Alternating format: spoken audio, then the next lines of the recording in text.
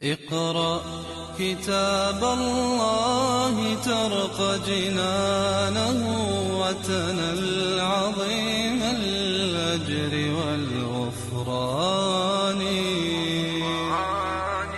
رتله روي القلب من نفحاته كالماء يروي لهفة العطشان.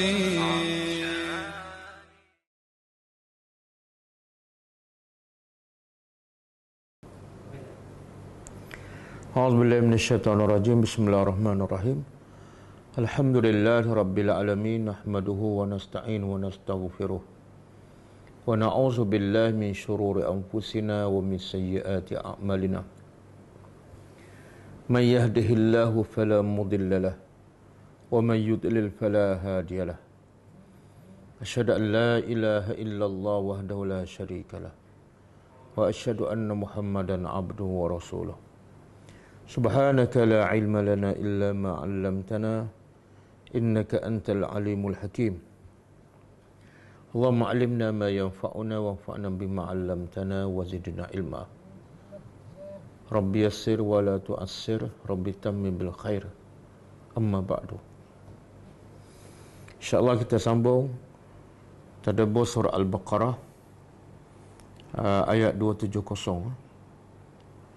Sebelum tu kita tengok pengajaran dua ayat yang lepas. Ayat 268 dan 269. A'udzubillahi minasyaitonirrajim. Asy-syaitanu ya'idukumul faqra wa ya'murukum bil fahsya. Wallahu ya'idukum maghfiratan minhu wa fadla. Wallahu wasi'un alim. Pengajarannya yang pertama,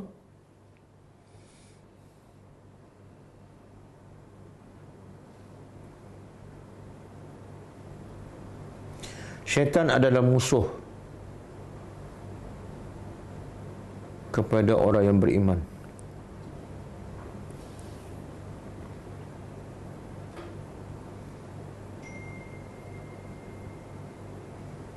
Dan kerja utama musuh ialah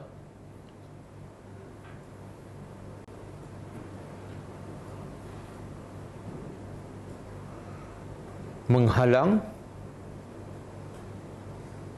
dengan berbagai cara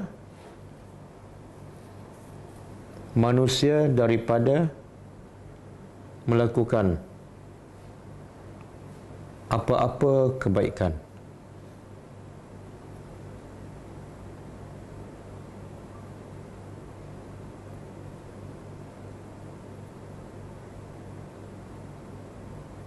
Yang kedua, antara perkara besar yang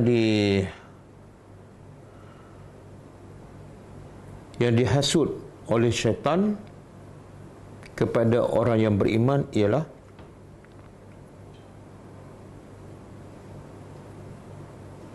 agar tidak bersedekah.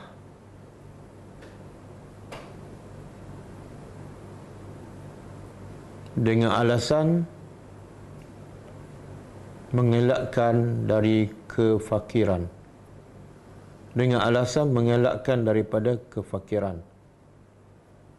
Dan untuk menjaga masa depan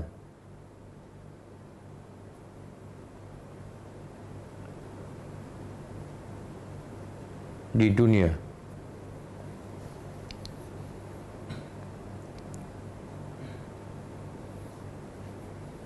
Yang ketiga,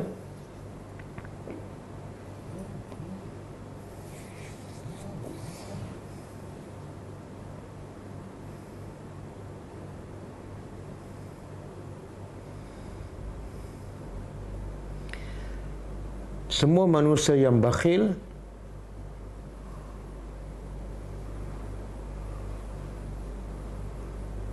adalah hasil kerja syaitan.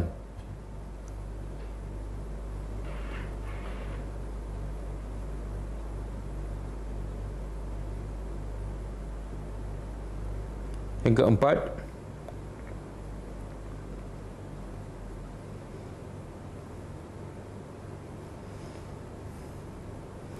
Tidak ada seseorang yang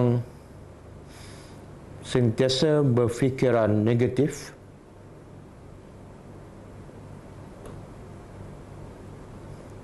melainkan dia telah dihasut oleh syaitan.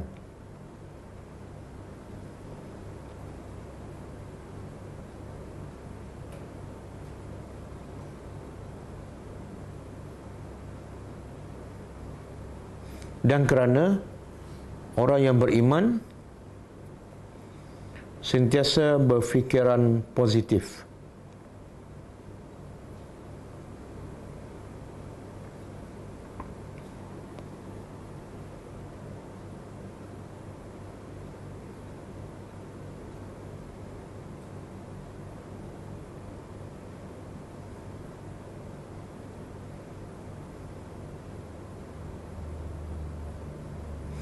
Okey, contoh kalau aku sedekah ni boleh jadi tak cukup duit besok, itu negatif. Itu hasutan daripada syaitan. Tapi kalau berfikiran positif, kalau aku sedekah hari ni, insya-Allah Allah ganti. Jadi orang yang berfikiran negatif ni, selain daripada dihasut oleh syaitan, dia ada penyakit, iaitu bersangka buruk kepada Allah. Seolah Allah tidak menjamin rezekinya. Yang sebaliknya, orang yang sentiasa berfikiran positif adalah orang yang sentiasa bersangka baik kepada Allah.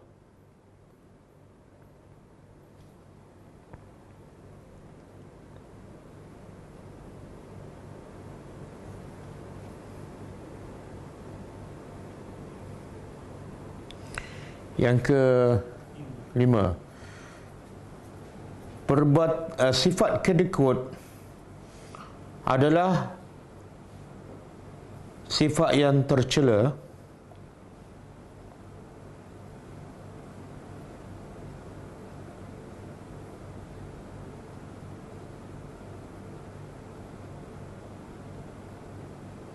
yang tidak sepatut ada kepada orang yang beriman, yang tidak sepatut ada kepada orang yang beriman. Yang keenam, sesiapa yang menyuruh orang lain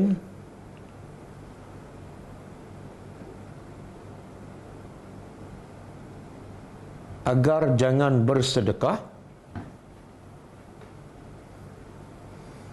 maka dia adalah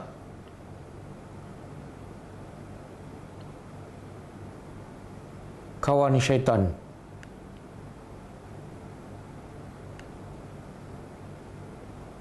Dan dia menyerupai orang munafik dan Yahudi.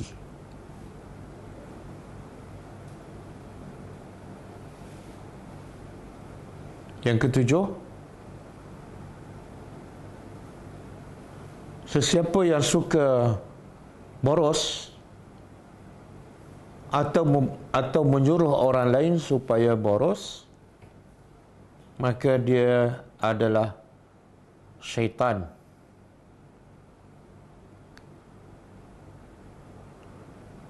Atau saudara syaitan.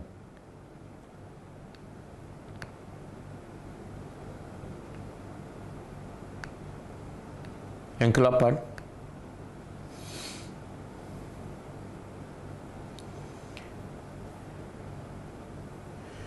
nikmat yang besar dan berita gembira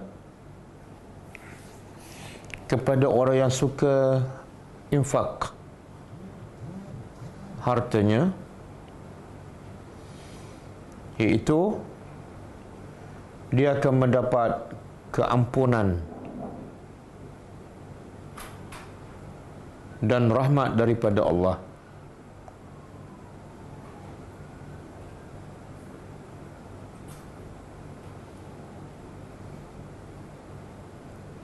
Hartanya akan diberkati.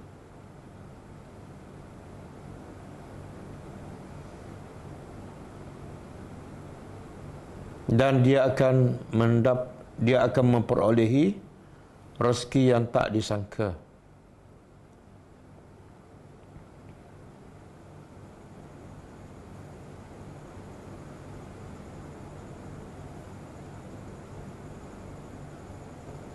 Dan pahala yang berlipat kali ganda di akhirat. Dan pahala yang berlipat kali ganda di akhirat.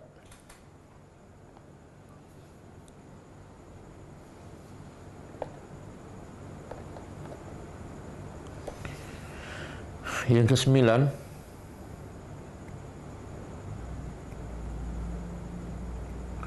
sesiapa yang mendapat keampunan daripada Allah,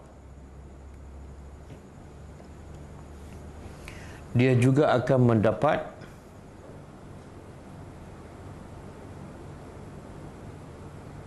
rezeki yang bertambah di dunia, sama ada harta atau anak dan lain-lain.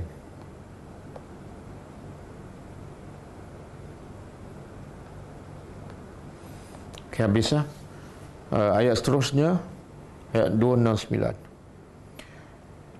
Yu'til hikmata man yasha' wa man yu'tal hikmata faqad utiya khairan katsira wa ma yadhakkaru illa ulul albab. Pengajarannya, pertama,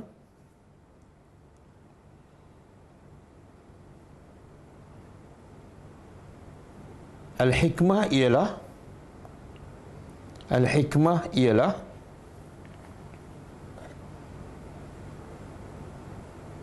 kenabian atau kefahaman yang mendalam dalam agama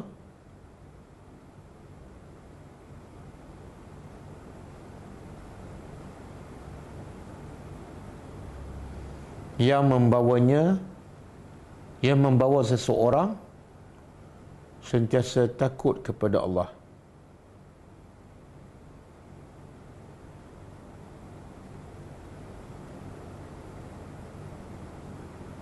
Yang ketiga,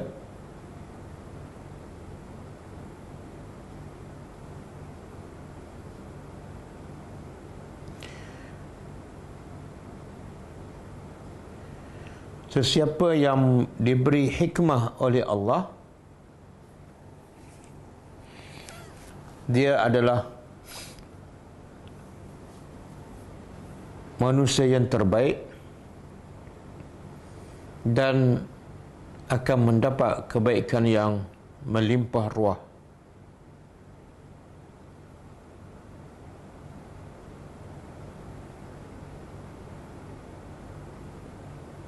Yang ketiga, apabila Allah sayang pada seseorang, Allah tidak memberi harta, tetapi Allah akan memberi al-hikmah.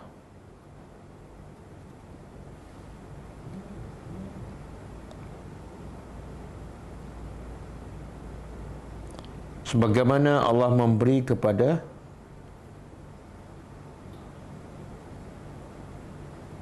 Luqman Al-Hakim.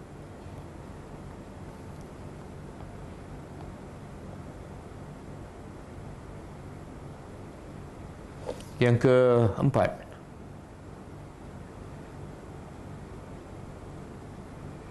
hikmah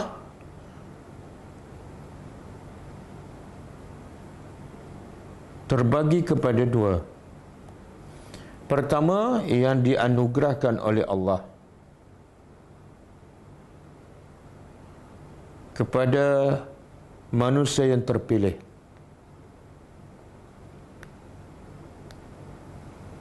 Seperti para nabi,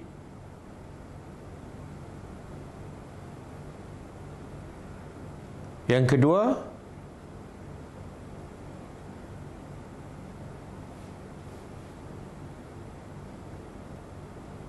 yang diperolehi daripada usaha manusia seperti belajar, berfikir, mentadabbur Al-Quran dengan izin Allah.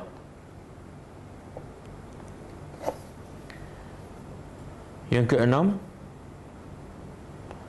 wajib bersyukur kepada Allah ke atas sesiapa yang dianugerah hikmah. Wajib bersyukur kepada Allah ke atas sesiapa yang dianugerah hikmah oleh Allah.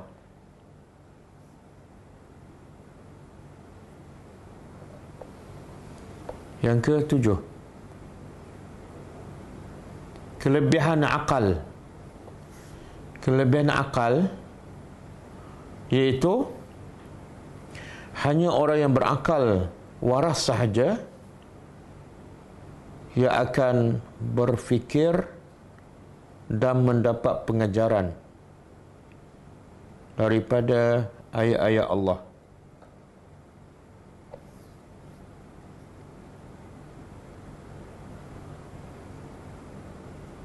Yang seterusnya, yang terakhir, sesiapa yang membaca ayat-ayat Allah atau memerhati kebesaran Allah tetapi tidak mendapat pengajaran daripadanya, maka dia adalah orang yang tidak berakal.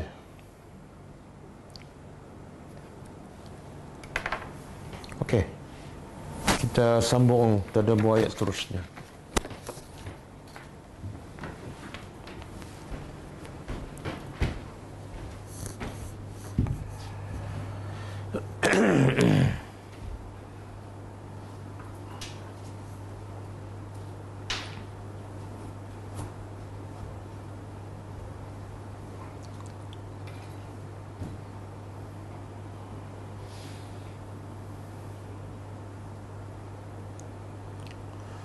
Okey.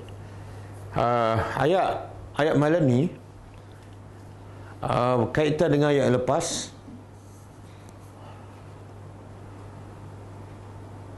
iaitu dari segi infak. Kalau kita perasan ayat sebelum yang semalam tu cerita pasal infak.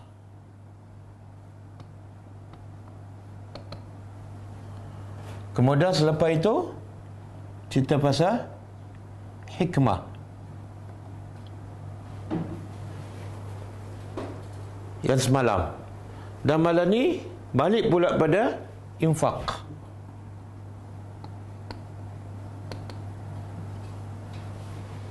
Jadi sepatut dah beberapa ayat yang Allah bincang pasal infak. Kan?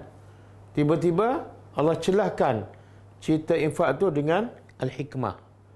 Lepas tu Allah sambung balik tentang infak. Jadi soalannya, kenapa hikmah ni duk mencelah? Jadi apa kaitan hikmah dengan infak? Kalau kebiasaannya habis cerita infak barulah hikmah, kan? Tapi cerita infak belum habis, tiba-tiba Allah masuk cerita hikmah, kemudian sambung balik cerita infak. Jadi apa hikmah?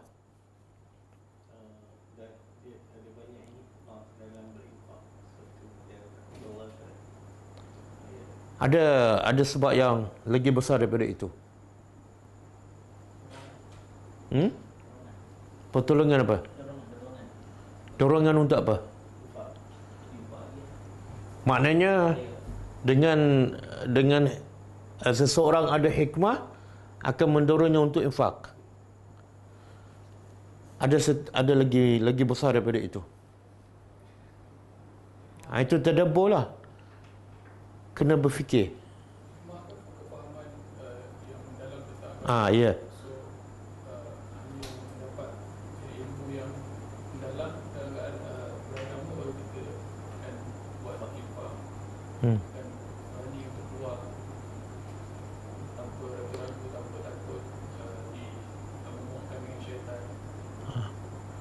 Dia yang ayat sebelum ni Allah galakkan infakkan dengan cara Allah kata bagi pinjam. Kemudian Allah kata siapa yang infak satu akan digandakan 700, kan? Lepas tu Allah bagi amaran. Ada yang infak tapi sia-sia sebab manna dan azah. Dan ada juga infak daripada awal lagi sia-sia sebab riak. Kan? Apa semua punca tu? Sebab tidak ada hikmah. Tidak ada ilmu. Jadi Allah kata nak begitu ramai orang yang infak tapi sia-sia, pergi di akhirat besok kosong sebab tidak ada hikmah. Dan kita tengok sekarang kan, ramai tu orang infak yang tak ada faedah pun, ataupun kos dia besar tapi manfaat kecil je. Saya bagi contoh kan, kadang-kadang orang buat majlis baca Yasin, kadang-kadang orang bersalah, dia nak mengingati mak bapak dia ke ataupun saudara mara dia dah meninggal, dan dia orang kaya, dia cetak buku Yasin. Dan kos tu kertas yang tebal. Kan? Kulit dia, cover dia pun ada salutan macam emas. Betul kan?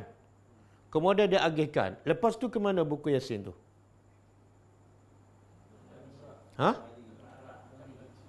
Masuk almari ataupun akhirnya hantar ke surau. Yang kat surau pun Quran dah berpuluh tahun tak disentuh, hantar pula Yasin. Kan? Akhirnya berlaku tak pembaziran. Bukan sikit kos tu. Dan ditulis dalam buku Yasin tu, kita sedekahkan baca ini kepada si fulan. Kenapa dia buat macam tu? Sebab tidak ada hikmah. Tidak ada hikmah. Mana lebih baik? Kalau dia ada hikmah, mana lebih baik?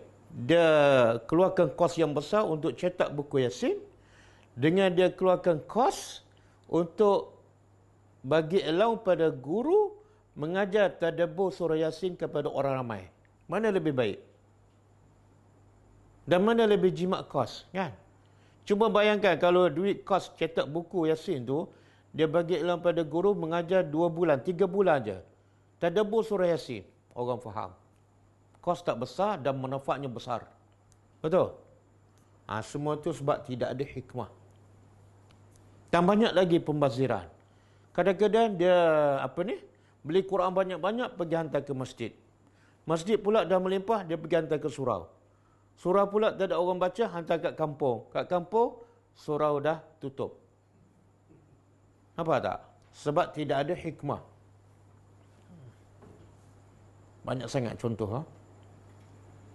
Kadang-kadang buku Yasin tu sampai kat saya. Saya tak tahu macam mana boleh sampai. Geram. Kenapa?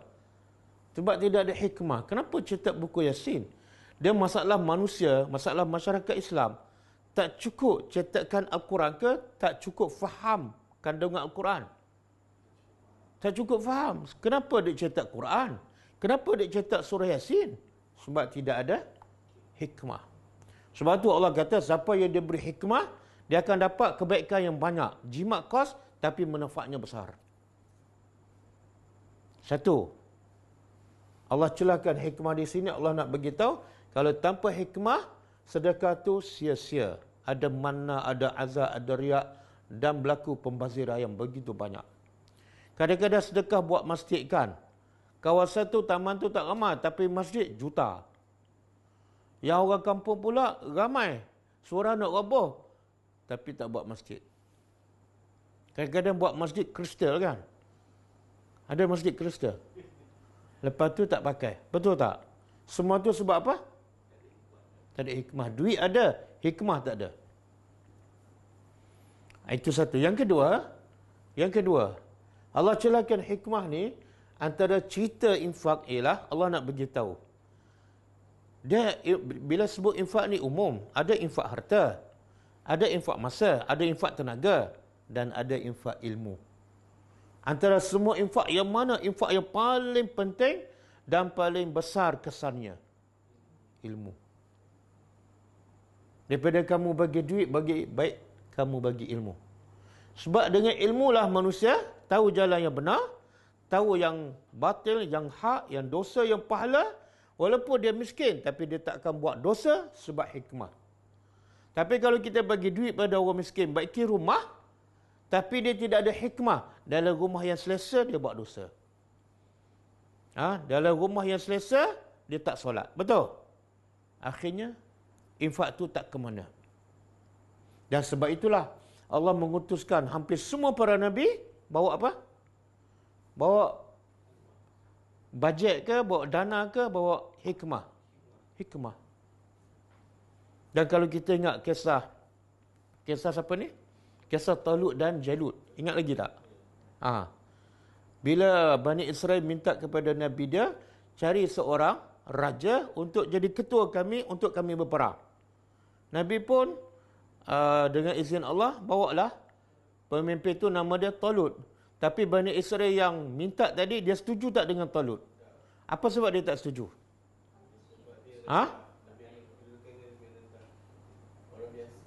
Satu, sebab Talut bukan keturunan raja, keturunan mulia. Yang kedua, miskin, tak ada harta. Allah bagi tahu Talut yang miskin ni jauh lebih baik daripada pemimpin yang keturunan mulia dan banyak harta. Berapa ramai pemimpin yang banyak harta, dia salah gunakan harta, bahkan dia ambil pula harta rakyat untuk kepentingan politik. Boleh faham? Dan saya nak ingatkan, kita dan semua NGO, semua pendakwah, bila nak berdakwah, utamakan bagi ilmu daripada bagi duit. Bila kita bagi duit, kesannya apa? Kesan kepada orang miskin tu. Apa kesan dia? Dia akan sentiasa berharap. Nampak muka tu, duit. Nampak muka tu, beras. Kan? Akhirnya rusak tak akidah dia. Bergantung pada orang. Tapi kalau kita bagi hikmah, bagi ilmu, akhirnya dia akan jadi orang yang reda dengan takdir Allah. Sebab dia bergantung pada Allah yang maha berkuasa. Sebab itulah NGO kita, orang mendakwah, bila kita berdakwah, kita fokus pada ilmu. Bagi juga duit, bagi juga beras. Tapi itu step pertama. Step kedua, ketiga, kita bagi ilmu je. Siapa tak nak, kita tak bagi dah. Sebab apa? Kalau benda yang penting dia tak nak, kenapa kita nak bagi benda yang tak penting? Kadang-kadang boleh merosakkan dia. Boleh? Dan sebab itulah kita banyak menaja guru-guru agama. Termasuklah daripada kalangan pelajar tadabbur untuk memberi hikmah kepada asnaf. Supaya mereka akhirnya kalau tak cukup makan pun mereka tak ada masalah. Okey. Sekarang ayat malam ni balik semula kepada cerita infak. A'udzubillahi minasyaitonirrajim. Wa ma anfaqtum, dan apa yang anfaqtum, kamu infakkan, min nafaqatin, dari nafaqatin. Apa makna nafaqah? Nafkah dia jadi bahasa Melayu kan? Nafkah. Saya dizalimi sebab tak diberi nafkah. Tak diberi nafkah zahir dan batin. Semua bahasa Arab. Yang bahasa Melayu dan je. Zahir bahasa Arab, batin pun bahasa Arab. Apa yang kamu nafkahkan, kita dah belajar bahasa Arab. Kalau kita belajar bahasa Arab, dalam mentadabbur Al-Quran, banyak kita dapat faedah. Walaupun tak masuk kelas bahasa Arab. Ini nafaqatin. Ada alif lam tak? Tak ada kan? Bila tak ada alif lam, dia tanwin. Nafaqatin ke, nafaqatun ke, sebab tak ada alif lam. Jadi apa beza perkataan yang ada alif lam dengan perkataan yang tak ada? An-nafaqah dengan nafaqat. Apa beza? Yang mana khusus? Yang ni. Yang ni? Jadi apa yang Allah nak beritahu ni? Apa saja, apa yang kamu nafkahkan, daripada apa-apa nafkah, besar ke, kecil ke, tersembunyi ke, terbuka ke,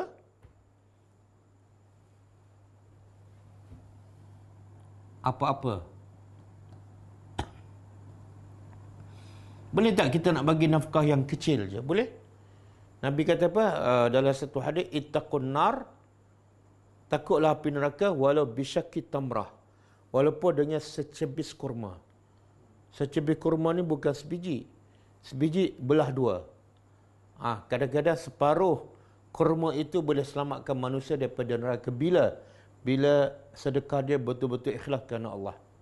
Jadi Allah nak beritahu, apa-apa nafkah yang kamu infakkan, banyak ke sedikit, atau nazartum, atau kamu bernazar.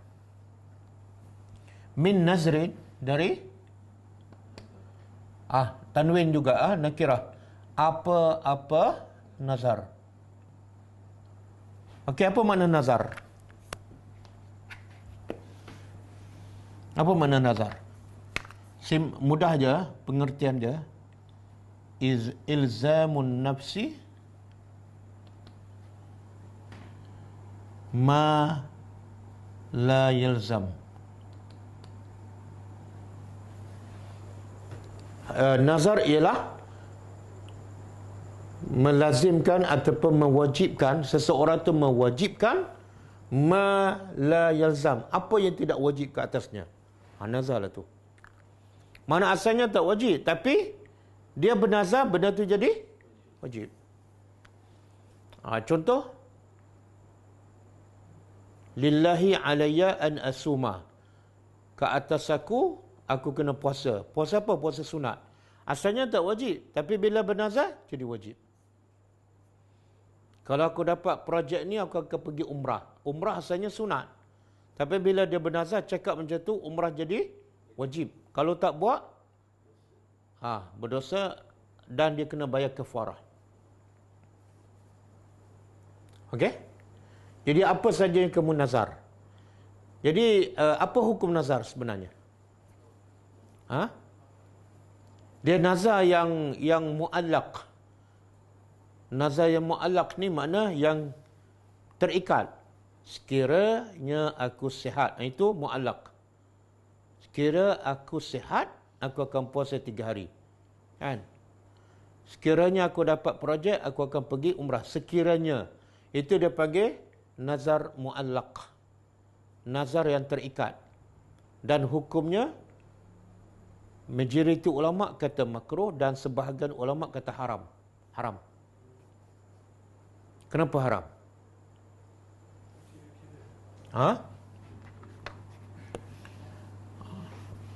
Pertama, berdasarkan satu hadis, Nabi bersabda, an-nazru la yughni anil qadari syai'an.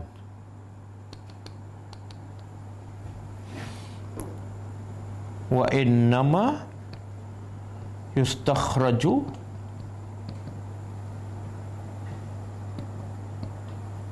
minhu al-bakhil.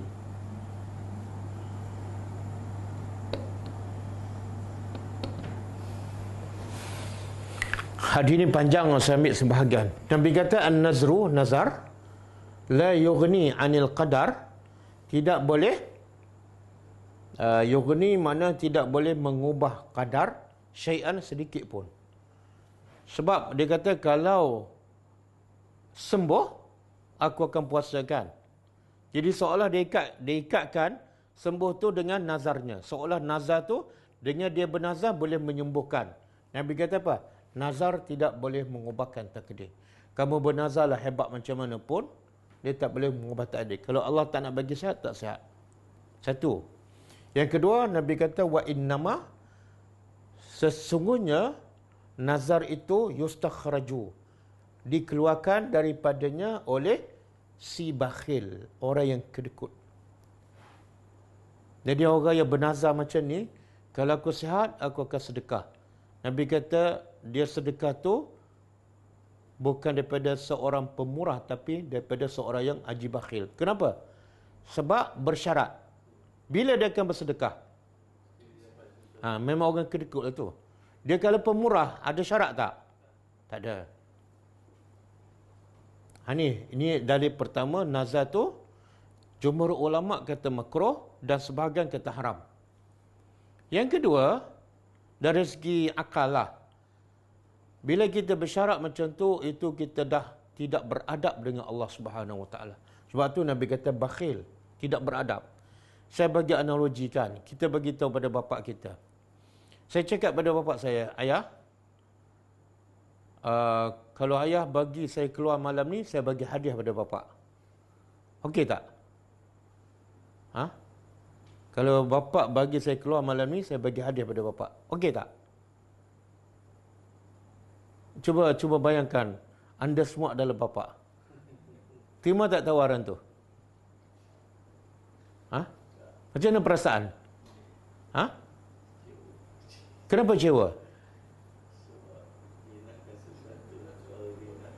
Ini bapa ni, aku ni bapa, aku banyak jasa kepada kamu. Aku banyak jasa, tiba-tiba nak bagi hadiah, kamu bersyarat. Boleh faham tak? Dengan bapa pun tak patut, dengan Tuhan. Tuhan cipta kamu, Tuhan bagi roh, nyawa pada kamu 24 jam. Tiba-tiba nak buat ibadat pada Allah bersyarat. Sangat tak beradab. Sangat tak beradab. Okey. Dan ada jenis yang nazar yang memang boleh. Contoh nazar untuk kita taat pada Allah. Nazar mestilah benda yang sunat. Nazar apa tadi? Kita melazimkan diri kita benda yang tak wajib. Jadi sebab tu tak boleh bernazar benda wajib. Kalau saya sihat, saya nak solat 5 waktu. Boleh tak? Kalau saya dapat projek ni, saya nak tutup aurat. Tak boleh. Nazar tu tak terpakai. Nazar hanya benda yang sunat sahaja. Tak, dia kena bayar kafarah. Kalau dia bernazar untuk buat benda yang wajib, satu salah. Yang kedua, dia kena bayar kafarah. Kafarah nazar ni macam kafarah yamin, sumpah. Iaitu pertama, merdeka ke hamba, atau bagi makan 10 orang miskin, atau ini pilihan, atau bagi pakaian pada 10 orang miskin. Kalau tak boleh salah satu daripada 3, baru pilih yang kedua, puasa 3 hari. Jadi nazar yang boleh kata nazar yang haram lah, iaitu dia bernazar benda yang wajib, itu tak perlu. Ataupun dia bernazar dengan benda yang maksiat. Aku kalau sihat ni aku nak pergi tengok wayang lah. Aku kalau sihat ni aku nak pergi, aku nak bernazar ni, kalau dapat projek ni aku akan pergi berzina. Itu haram. Haram bernazar dan kena bayar kafarah. Okey. Jadi nazar yang harus, kalau dia bernazar untuk mentaati Allah dan tidak terikat. Aku bernazar nak solat sunat witir 3 rakaat tanpa syarat. Okey, buat. Nabi kata siapa yang bernazar untuk taat pada Allah, buat. Siapa yang bernazar untuk buat maksiat, jangan buat dan bayar kafarah. Pernah tak siapa ni mak kepada Maryam? Mak kepada Maryam masa dia mengandung, dia bernazar tak? Dia kata apa? Inni nazartu laka ma fi batni.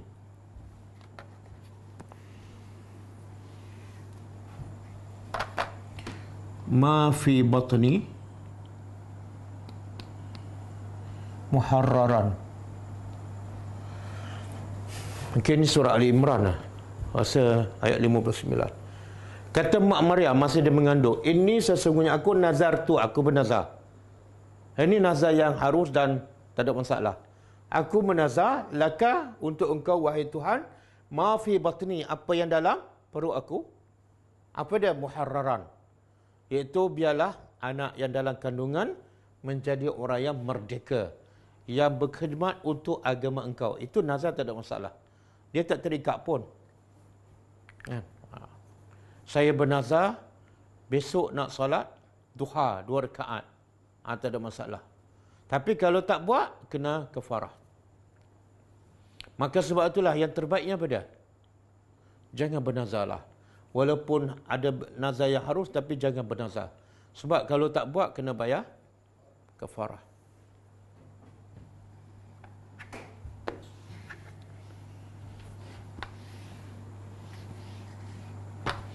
Mungkin orang akan tanya, sifat Al-Abrar dalam surah Al-Insan. Perasan tak? Yufuna bin nazri. Al-abrar yang Allah janjikan syurga, apa yang mereka buat di dunia? Yufuna bin nazri. Ayat 6 ke? Kan?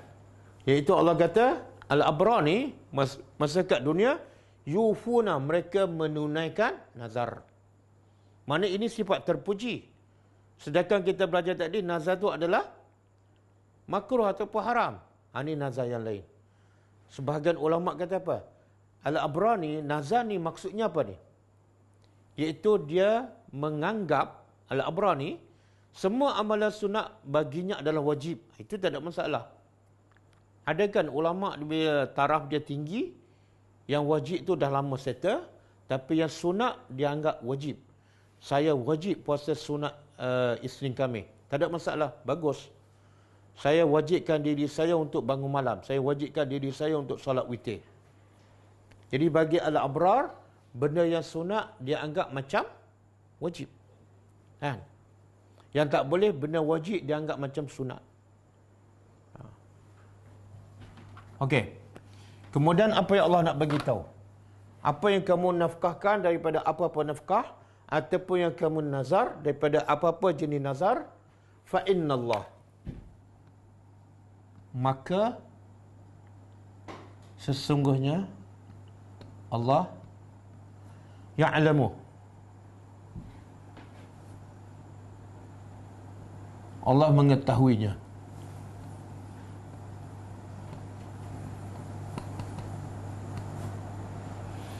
Apa yang Allah nak bagi tahu ni? Yang apa saja kamu nafkah ataupun nazar, sama ada besar ataupun kecil, walaupun RM1 je, Allah tahu. Apa yang Allah nak ni daripada Allah beritahu, dia tahu. Sebenarnya Allah nak apa?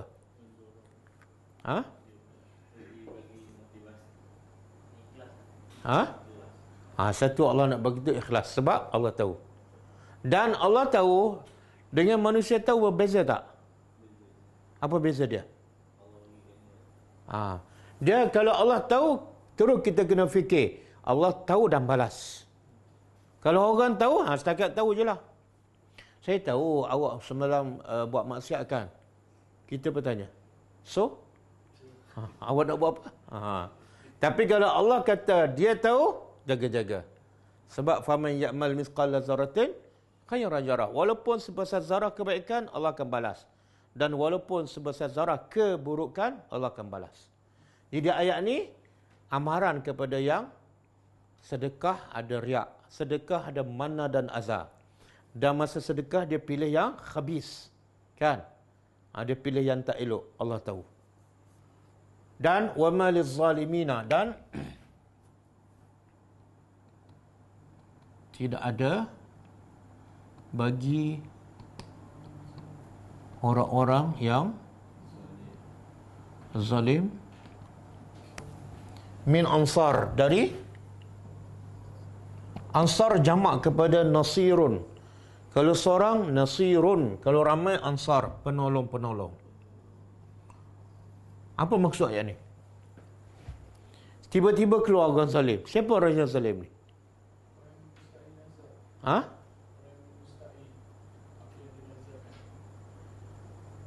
Macam mana? Dia merangkumi semua yang disebut sebelum ayat ni. Apa dia? Yang sedekah riak, zalim. Yang sedekah lepas tu manna dan azab, zalim. Yang sedekah pilih yang second hand tu, kan? Yang dah tak terpakai, dia adalah zalim. Kenapa dia zalim? Dia zalim pada siapa ni? Yang pertama zalim pada diri dia, sebab dia habiskan masa, habiskan duit, tiba-tiba tak dapat apa-apa. Zalim. Orang yang buat kerja sia-sia adalah orang yang menzalimi dirinya. Duit habis, masa habis, tapi tak dapat hasil. Pergi kerja, pagi petang, siang malam, sebulan tak ada gaji. Itu kerja zalim. Boleh?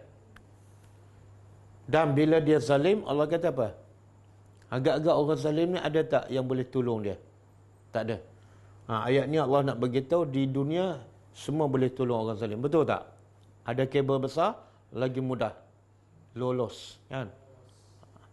Tapi di akhirat besok, ansar, Allah sebut dalam bentuk nakirah, tanpa alif lam. Makna apa? Bukan. Apa jenis penolong, tak ada. Penolong dalam bentuk orang ke, duit ke, kabel ke, syafaat ke, semua tak ada. Yang kisah apa ni, Nabi Ibrahim dengan bapa dia, kan? Walaupun bapa tu adalah bapa kepada seorang Nabi, tak ada. Sebab dia adalah zalim. Okey. Jadi ayat ni mendorong kita supaya apa? Bila bersedekah, ikhlas kerana Allah. Dan jangan manna, jangan azah. Dan bila sedekah juga, jangan pilih yang tak elok. Kalau tak, kita termasuk orang yang zalim. Dan bila masuk neraka, tak ada siapa yang boleh tolong. Okey. Ayat seterusnya, in tubdu. Ayat ni timbul daripada apa ni? Kalau sebelum ni Allah mencela siapa? Orang yang sedekah riak. Orang yang sedekah riak ni mana nak menunjukkan. Riak ni nak supaya orang tahu. Ataupun sedekah kemudian mengungkit. Timbul persoalan. Tak boleh langsung ke sedekah secara terbuka? Adakah tak boleh langsung? Ayat ni menjawab tu. In sekiranya tubdu, kamu menzahirkan. Bahasa moden sekarang apa dia? Bukan viral jugalah. Viral tu dah melampau. Zahir ni makna depan orang lah. Tak mesti viral, kan? Okey, sekiranya kamu menzahirkan ataupun menunjuk sedekah. Sedekah. Maka, okey tak? Fani'imma hi. Maka, ia adalah baik. Allah sebut tak? Bila sedekah secara zahir, baik. Syaratnya, Allah sebut tak di sini? Allah sebut? Tak sebut. Tapi ahli tafsir mengatakan bersyarat. Pertama, tidak ada riak. Mana Ustaz Allah tak sebut? Tengok ayat sebelum ni. Allah sebut tak siapa yang sedekah, kemudian manna dan azah. Allah kata orang ni sama dengan orang yang sedekah riak. Makna riak tak boleh lah. Jadi kita faham daripada ayat sebelum ni. Bila boleh sedekah terbuka? Pertama, jangan riak. Kemudian, yang kedua, termasuklah jangan riak, jangan manna, jangan azah. Dan yang kedua, yang kedua apa? Tak. Sekiranya bila kamu sedekah untuk mendorong orang lain. Dua sebab ni mesti ada. Kalau salah satu sebab je, tak boleh tunjuk. Biasa yang mendorong ni siapa? Kalau orang tu sedekah, orang lain pun ikut nak sedekah. Biasa siapa dia tu? Bukanlah selebriti sangat. Dia pemimpin, kan? Imam ke, ulama ke. Macam contoh Tok Guru ni Aziz, kan? Kadang-kadang dia sedekah, dia masukkan dulu. Tapi bila dia buat tu, orang ikut. Sebab orang percaya pada dia. Kan? Boleh? Jadi bila ada dua syarat ni, silakan nak tunjuk. Tapi perlu tak viral? Tak perlu. Tak perlu lah. Okey. Tetapi Allah nak beritahu. Sebab Allah cipta kita, Allah tahu. Kadang-kadang kita kata tak riak, tapi Allah tahu. Ni. Fa innallah ya'lamu. Jadi Allah tahu, kan? Kadang-kadang lagi ramai orang tahu, lagi ramai orang puji, boleh tak kita nak jaga hati? Awak ni memang baguslah. Saya tengok setiap hari sedekah pada orang. Kita rasa apa dah?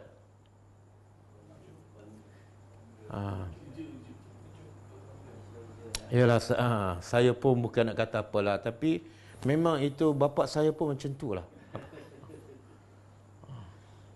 Bila dia sebut tu, habis. Okey? Sebab tu kata ulama, kalau nak sedekah, dia mesti ada 3 sifat ni. Nanti kita baca ayat dulu. Wa in tukhfu. Dan sekiranya Tukhfuha, kamu sembunyikan. Sembunyikannya. Sembunyikan apa ni? Sedekah. Tengok lawan dia. Tubdu, zahirkan. Orang nampak. Tukhfu, sembunyikan. Dan wa tu'tuhal fuqara, dan kamu berinya iaitu beri sedekah kepada siapa? Fuqara, fakir, miskin. Fahwa, maka ia khairun. Ya, yang ni kalau zahir apa tadi Allah kata ni'mah. Ni'mah makna baik. Tapi kalau sembunyi khairun, lebih baik. Lebih. Siapa yang cakap lebih baik bila sembunyikan? Subhanallah. Kalau kita waras, orang beriman dia waras. Tanda dia waras apa dia? Dia akan buat apa yang terbaik di sisi Allah. Sebab dia nak pahala daripada Allah. Allah kata yang ni lebih baik. Dia akan pilih yang lebih baik, iaitu sembunyikan. Okey. Sebab tu kalau kita tengok hadis sahih yang biasa kita dengar, ada 7 golongan manusia yang mendapat bayangan arasy Allah di pada mahsyar ketika tidak ada apa-apa bayangan kecuali bayangan arasy Allah Subhanahu wa taala. Okey, 7 golongan kan? Daripada 7 golongan, berapa golongan yang buat kerja dalam keadaan tersembunyi? Daripada 7 tu. Satu, sedekah. Nabi kata salah satu daripada 7 ialah dia sedekah dan dia sembunyikan sedekahnya, dan Nabi buat contoh sampai tak ada siapa tahu. Bukan setakat orang tak tahu, tangan kanan sedekah, tangan kiri. Tengok Nabi buat contoh. Makna tangan kanan dengan tangan kiri jauh tak? Saling tolong-menolong. Kadang-kadang dua-dua angkat-angkat. Tapi nak beritahu sembunyinya sedekah dia, walaupun tangan kiri dekat dengan tangan kanan, tak tahu. Maka dia dapat bayangan arasy Allah. Sebab sembunyi. Yang ni tak ada. Yang zahirkan sedekah tak ada. Yang kedua, yang sembunyi. Lelaki yang diajak oleh wanita berzina dan tak ada orang. Dalam keadaan tak ada orang, wanita pula muda, kaya pula tu, cantik pula tu, dan orang pula tak ada, dah betul-betul dah nak berzina, tiba-tiba dia kata apa? Masa tu ada orang tak? Sembunyi. Dia kata apa? Inni akhafullah, saya takut pada Allah. Tapi kalau ada 2 orang, dia kata saya takut pada Allah. Dapat tak bayangan arasy? Tak dapat. Sebab apa? Sebab zahir. Ada orang. Okey. Yang ketiga? Yang sembunyi juga. Dia 7 semua kan? Ada 2. Okey, saya sebut yang terbuka kan? Pemimpin yang adil. Itu memang kena terbuka. Mungkin tak pemimpin yang adil tapi dia buat sembunyi-sembunyi. Dia pemimpin dah kena zahirkan. Itu tak boleh elakkan. Yang kedua, 2 lelaki yang berjumpa, 2 sahabat yang berjumpa kerana Allah dan berpisah kerana Allah. Itu memang kena berjumpa. Tak boleh berjumpa seorang-seorang. Yang ketiga, pemuda yang membesar kerana beribadat pada Allah. Itu pun tak boleh elakkan. Sebab salah satu ibadat, kena pergi masjid, kena pergi umrah haji kan. Yang keempat,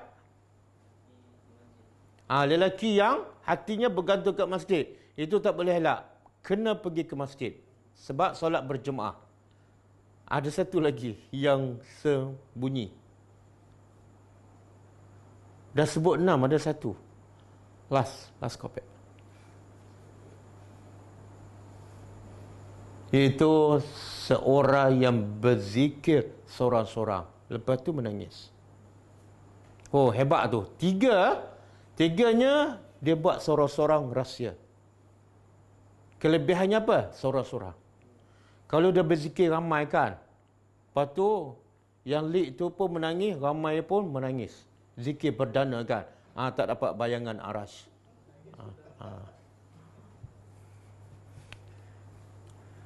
Okey. Dia ulama kata, sedekah bila nak sedekah jaga 3 benda. Pertama, ta'jiluha. Segerakan sedekah. Jangan tangguh. Bila tangguh tu, itu dah masuk talbisu iblis. Alah, besok lah. Besok pun ada orang miskin tak lari pun. Tengok besok, dia bukan pergi cari miskin, dia masuk Maidin. Kan? Yang kedua, takliluha. Bila kita bersedekah, kena ada rasa apa? Yang aku sedekah tu sikit sangat, walaupun 1000. Nak mengelakkan daripada apa? Syok sendiri. Oh, orang miskin kata, banyak pakcik, tak ada, sikit sangat ni. Tak ada apa pun. Jangan pula orang miskin kata, banyak tu, bagi balik semula separuh. Yang ketiga, sembunyikan. Sembunyikan. Itu ciri-ciri sedekah yang terbaik. Okey. Jadi kalau kita nak ganjaran yang paling besar di sisi Allah, mana yang terbaik? Zahir ataupun sembunyikan? Sembunyikan. Tambah-tambah kalau kita zahirkan viral, ramai orang tahu, lagi ramai orang puji, kita mulalah sebut, saya dah habiskan 1 juta lebih. Bukan sikit. Kempes jugalah poket saya. Saya dah hantar 4-5 lori dah. Ada ke Johor, ada ke Kelantan kan. Habis. Susah nak kontrol ni mulut. Dan saya pernah beritahu kan contoh salafus salih. Bila dia sedekah, dia sangat-sangat takut sedekahnya ada unsur ria, ada mana dan azab. Maka bila dia buat apa? Dia bangun tengah malam, dia pikul gandum sendiri, dia letak depan pintu rumah orang miskin di Madinah. Ada lebih kurang 30-40 rumah orang miskin. Dia sendiri pikul di tengah malam ketika semua orang tidur. Dan tak ada siapa tahu sampailah dia mati. Siapa ni? Orang yang berilmu, orang yang ada hikmah. Dia sangat takut pada riak. Jadi kita ni bukan berilmu, tiba-tiba rasa macam okey je. Okey. Kemudian apa kelebihan? Wa yukaffir, dan dia kelebihan infak. Yukaffir. Okey, saya nak tanya. Masa Allah sebut zahirkan sedekah, Allah sebut tak kepada siapa? Sedekah kepada siapa? Tak.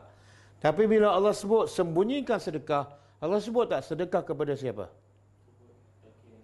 Kenapa? Perasan tak?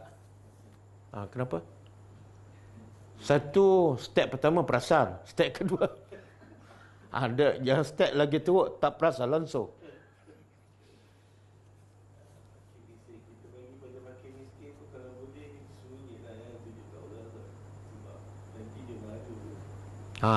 Salah satunya Allah nak beritahu bila kamu nak buat yang terbaik, iaitu secara sembunyi. Sembunyi ni nak mengelakkan daripada supaya kita betul-betul ikhlas. Yang kedua, jangan ada unsur riak. Yang ketiga, supaya orang ni tak rasa malu. Bila dia malu, masuk bab apa? Azab. Jadi kalau kamu nak sedekah terbaik, kena pilih orang. Kena pilih yang terbaik, yang patut kita sedekah, orang fakir. Dan bila orang fakir, kena jaga air muka dia. Buatlah secara tersembunyi. Sekarang banyak yang bantu, yang viral tu bantu orang miskin kan. Dengan gambar apa semua dalam rumah, yang kawan tu buka aurat apa semua. Ya Allah. Kita tak rasa, cuba bayangkan kita duduk tempat dia kan. Orang semua cerita, pakcik ni duduk rumah bocor, orang bagi bantuan dah banyak. Ulama kata, antara sebab kenapa kena sembunyikan, yang terbaik kena sembunyikan, dia kebaikan kepada dua-dua pihak. Pertama, kepada yang memberi ni. Sebab kadang-kadang yang memberi, kalau dia menzahirkan, dia ada ikhlas, tapi orang akan cakap. Betul tak? Dia ni selalu menunjuk. Pada kita ada ikhlas. Jadi nak mengelakkan ada fitnah, sembunyikan. Yang kedua, kepada orang yang menerima tu. Kadang-kadang, dia pakcik yang miskin tu, yang terima duit bantuan, tak ada masalah. Tapi orang akan cakap, muka sama je, kenapa kamu malas? Jadi mengumpat pula. Sebab apa? Sebab ditunjukkan. Betul tak? Tapi kalau sembunyi, tak ada. Okey. Wa yukaffir, dan dia apa dia? Yukaffir daripada perkataan kafir. Yang kita bila habis majlis kita baca apa? Tasbih kafarah daripada ni lah. Apa makna tasbih kafarah?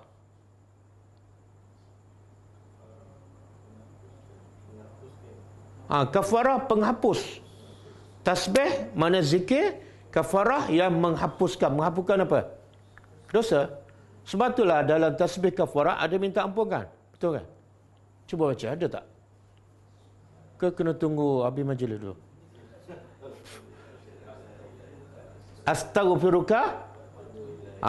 Hujung majlis tu ada kita minta ampun. Minta ampun tu dia panggil kafarah. Kenapa kena minta ampun sedangkan kita dalam majlis ilmu bukan majlis karaoke? Kalau dalam majlis karaoke, okey, semua habis baca tasbih kafarah. Okey lah kan? Ini tengah dalam majlis ilmu kelas tadabbur. Kena baca juga tasbih kafarah untuk menghapuskan dosa. Dosa apa? Mungkin pelajar salah faham, kan? Mungkin pelajar bersangka buruk pada ustaz. Kemudian kadang-kadang pelajar duk mengutuk ustaz, bila nak habis ni? Dah tengah malam ke sebelah kan? Berdosa. Kafarah. Jadi kalau dalam majlis ilmu kena kafarah dosa yang mungkin ada, lepas tengok drama bersiri, kena baca tak tasbih kafarah? Itu bukan 3 kali, 30 kali kena baca. Okey, dia menghapuskan ataupun memadam. Ankum dari kamu. Min sayyiatikum, dari. Bila sebut sayyiat sahaja, maka umum, dosa kecil dan dosa besar. Dari dosa-dosa kamu. Mana kelebihan daripada amalan apa ni? Allah hapuskan dosa-dosa kita. Apa amalan dia? Sedekah. Sama dengan semalam kan? Syaitan janji pada orang yang nak bersedekah, kamu akan fakir ni. Lepas ni, teruk ekonomi ni. Okey, Allah pula janji apa? Tak, Allah janji apa? Kalau syaitan janji kefakiran, Allah janji maghfirah, keampunan. Inilah. Ni. Bila kamu sedekah, Allah akan ampunkan dosa. Oh, Ustaz ampun dosa je. Tak ada ke tambah-tambah sikit rezeki? Tengok kita, sebab kita tak ada hikmah. Bila tak ada hikmah, kita fikir apa? Duit. Aku sedekah. Kenapa makcik suka sedekah ni? Yalah, adalah ustaz cakap bila sedekah tambah rezeki. Tengok kepala tu, kepala duit dah. Sebab tak ada hikmah. Yang lebih mahal daripada duit apa dah? Keampunan Allah. Bila dapat keampunan Allah, macam kita bincang semalam. Dan kemuncaknya, jiwa kita jadi tenang. Punca fikiran serabut sebab dosa. Jadi kalau duit banyak, fikiran serabut, tak tenang, tak bahagia. Dan juga ada kelebihan bersedekah ni, dia boleh merawat penyakit. Walaupun hadis itu dhaif, Nabi sebut dalam satu hadis, dawu mardakum bisadaqah. Rawatlah pesakit kamu dengan bersedekah. Saya nak sebut satu kisah yang betul-betul berlaku lah. Saya dengar daripada ceramah Syekh Dr. Osman Al-Khamis, seorang ulama di Kuwait. Dia kata cerita ni betul-betul berlaku di Saudi. Ada seorang wanita yang kaya, dia ada penyakit buah pinggang. Jadi dia tawarkan siapa yang nak sedekahkan buah pinggang dia, dia sanggup bayar 40,000 rial. Kan? Kemudian adalah seorang wanita bukan nak sedekah, dia duit tu. Jadi bila dia masuk tempat pembedahan tu, wanita yang ada penyakit ni tanyalah wanita tu menangis. Dia kononnya nak sedekah buah pinggang dia menangis. Jadi wanita yang sakit ni tanya, kenapa kamu menangis? Adakah sebab kamu dipaksa untuk memberi buah pinggang kamu? Dah tak. aku menangis sebab sebenarnya aku tak nak bagi, tapi aku miskin dan aku sangat berhajat pada duit tu. Boleh faham? Aku tak nak bagi pun, tapi sebab aku fakir, aku miskin, aku berhajat pada duit, aku terpaksa bagi. Apa kata wanita yang sakit ni? Dia kata, kamu akan dapat 40,000 tanpa kamu bagi buah pinggang kamu. Kamu balik. Kemudian wanita yang sakit, doktor cek sekali lagi, sehat terus, tak payah tukar buah pinggang. Boleh faham? Mana Allah bagi kelebihan, salah satu bersedekah ialah sehat. Tapi janganlah, kadang-kadang orang Melayu lah, bila dia mula bersedekah? Bila sakit. Sebab apa? Ustaz cakap, salah satu nak merawat penyakit kena bersedekah. Ini pun Haji Bakhir juga ni. Sedekah bila ada keperluan. Salah. Kita sentiasa bersedekah. Tiba-tiba sakit, kita teruskan sedekah kita. Tak ada masalah. Okey? Wallahu dan Allah bima ta'malun, dengan apa yang kamu lakukan, khabir. Apa makna khabir? Maha mengetahui. Dia apa beza dengan alimun? Khabir dengan alimun. Kadang-kadang Allah kata wallahu bima ta'maluna alimun. Dia macam ni. Kalau khabir dia sebut sahaja, khabir saja, tak ada alim, maka dia sama dengan makna alimun. Kalau alimun saja disebut, dia sama dengan makna khabirun. Okey? Tapi kalau dua-dua sebut, contohlah alimun khabir. Alimun disebut, khabirun pun disebut. Maka berbeza. Alimun Allah tahu yang zahir, khabirun Allah tahu yang batin. Boleh? Jadi di sini Allah guna khabir. Allah nak beritahu apa ni? Apa yang kamu lakukan Allah tahu, zahir, batin, besar, kecil, tersembunyi, rahsia, ada manna ke, ada azal ke, ada riak ke, semua Allah tahu. Detail. Itu makna khabir. Okey, habis ah?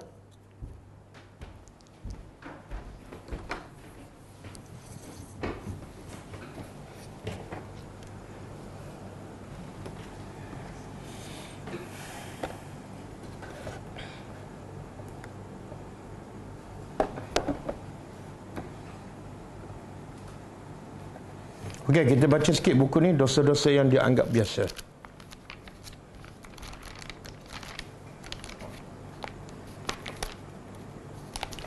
Dosa ke-42. Ada pelajar yang tanya nak beli kat mana buku ni? Beli kat Shopee ya. Kita orang tak jual. Tajuk dia dosa-dosa yang dianggap biasa. Tapi nak beli pun tinggal sikit lagi dah. Okey. Dosa yang ke-42. Dengar ni. Ini ramai yang terlibat ni. Dan dia tak rasa dosa. Iaitu kata penulis buku ni, Hafizahullah, mendengar dan menikmati muzik. Ini adalah dosa. Di mana-mana kita dengar muzik kan? Pergi Maidin, pergi dalam kereta. Buka telefon. Okey, Ibnu Mas'ud radhiyallahu anhu bersumpah dengan nama Allah bahawa ia dimaksudkan dalam ayat surah Luqman. Ini salah satu-satunya dalil yang ulama sandarkan bahawa muzik itu adalah haram. Iaitu surah Luqman ayat ke-6. A'udzubillahi minasyaitonirrajim. Wa minan nasi man yashtari lahwal hadisi liyudilla an sabilillah. Dan di antara manusia ada yang mempergunakan perkataan yang tidak berguna untuk menyesatkan manusia lain daripada jalan Allah. Apa maksud lahwal hadis? Perkataan yang tidak berguna. Abdullah bin Mas'ud, seorang sahabat Nabi, bersumpah dengan mengatakan maksud lahwal hadis yang tak berguna ialah nyanyian.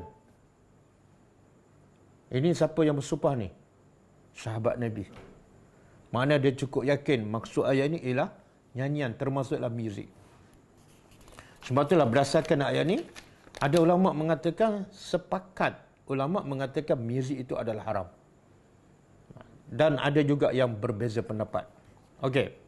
Abu Amir dan Abu Malik Al-Asy'ari meriwayatkan Rasulullah SAW bersabda, la yakunanna min ummati aqwamun yastahilluna al-hira wal harir wal khamra wal ma'azif.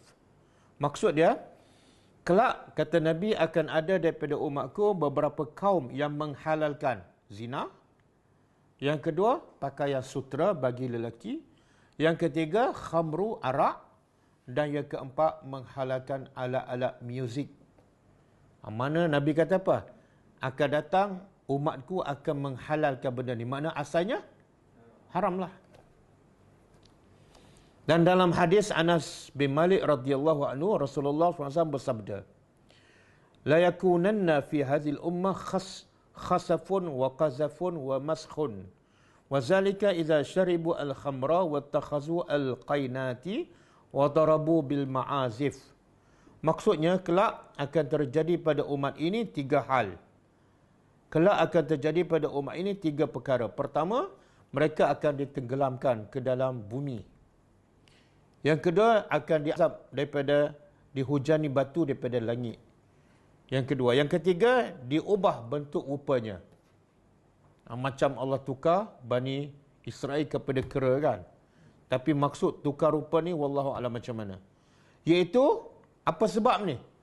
Sebabnya, mereka minum arak.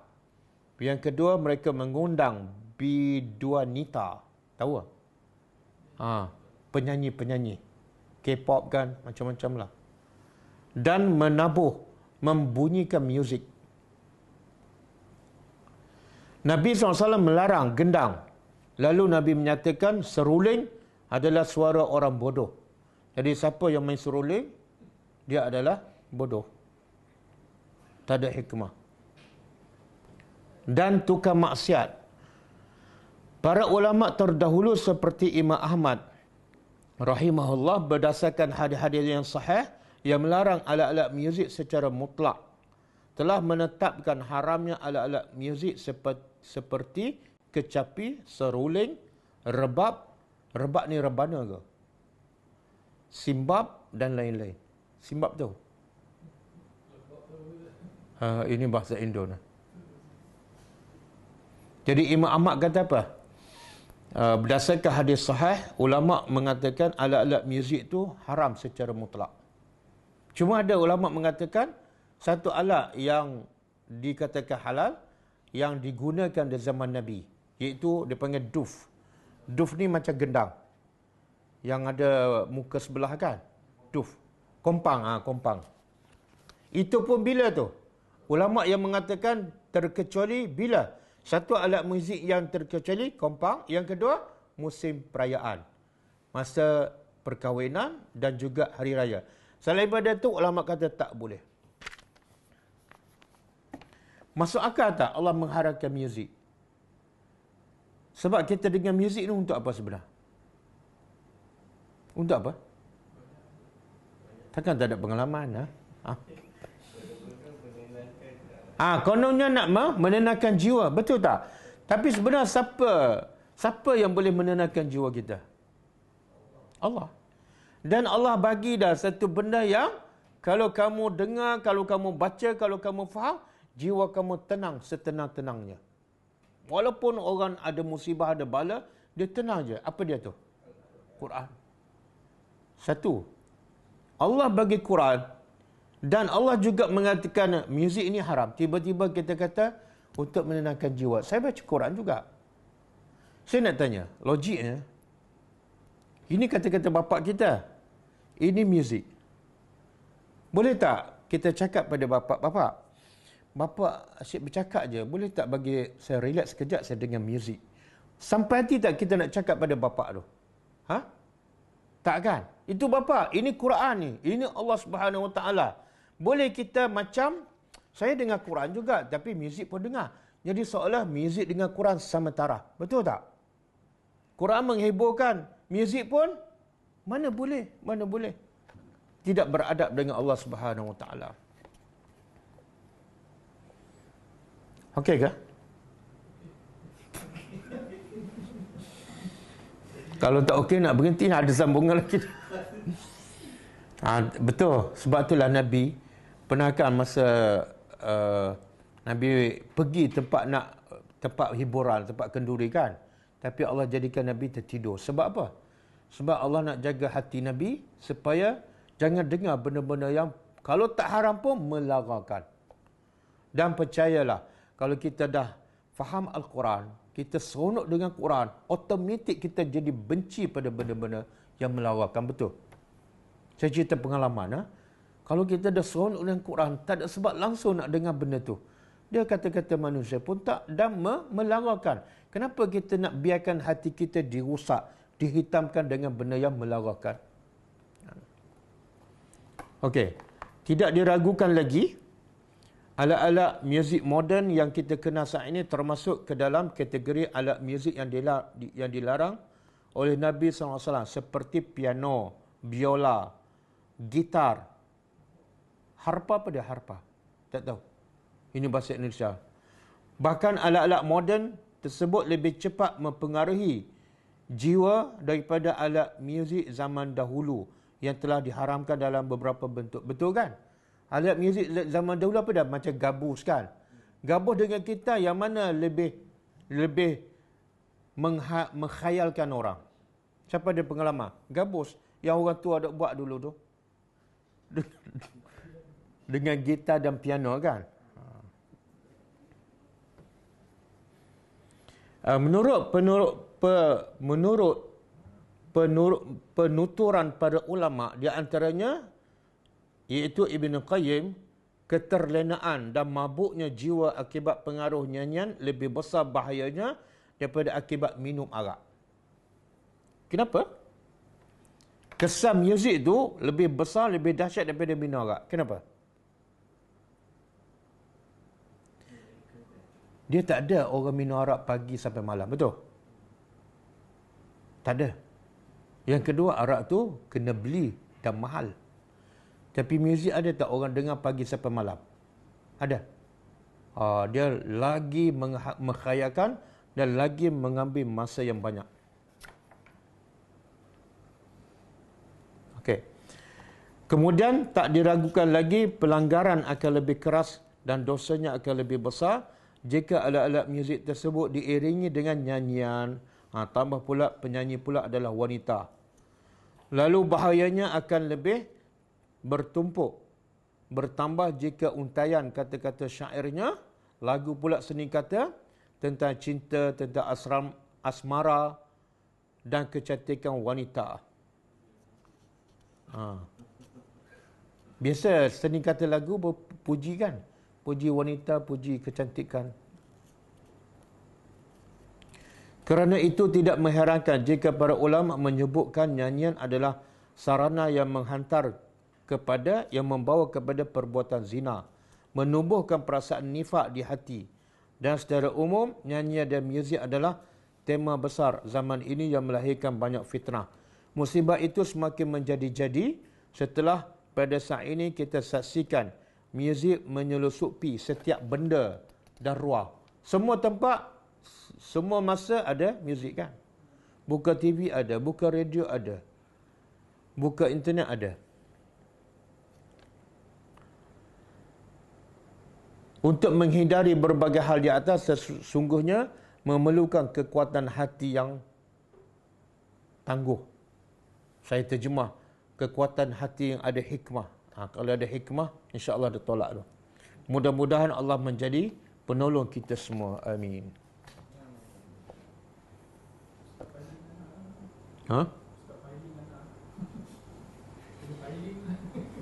Baguslah kalau terasa.